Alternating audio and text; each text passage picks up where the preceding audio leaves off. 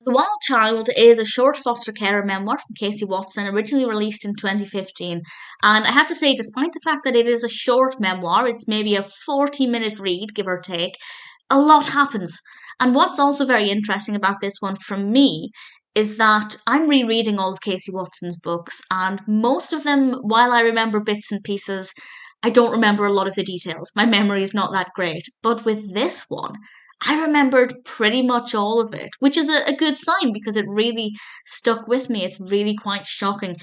It's about this 8-year old boy called Connor who was living in a semi secure unit, and he has to be removed immediately because he beat his social worker with an iron rod, a metal pole.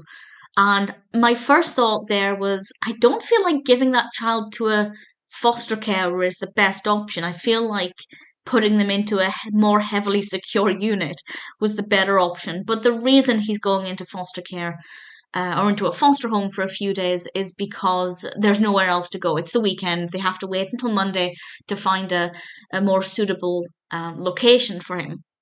And Casey agrees to look after him.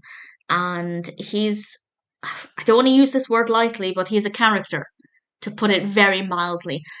He's one of the few children in a foster care memoir where I've read and gone, I don't care.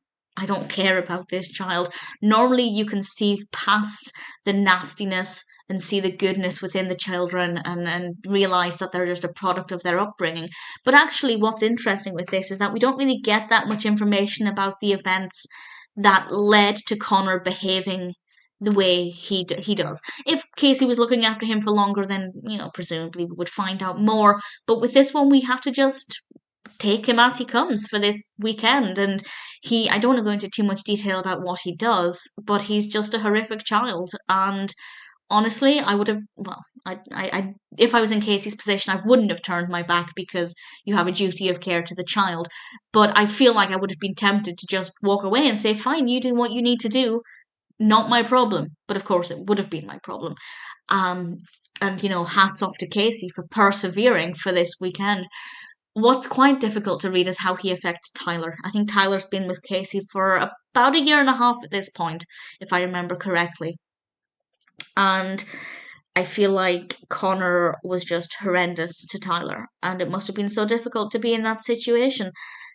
It's definitely shocking to think an 8-year-old child could behave this way, and there are very few children that I read about where I think there's no hope for you. But I felt this way, and I hope I'm wrong. I hope that Connor went off to, find the right kind of care in the right kind of location and got the help he needed and turned his life around. Who knows? We don't know. But I hope that that happened, but I wouldn't be hopeful. And I imagine other people might feel the same way if they read this. It's definitely worth reading, but I will say it's a very frustrating and very challenging read because of his behaviour and the way he treats Casey and Mike and Tyler. So yeah, it is a short read, but a lot happens in a very short space of time. And honestly, it's difficult to think that a child could behave this way. And it might not be the easiest read, but it is definitely worth checking out.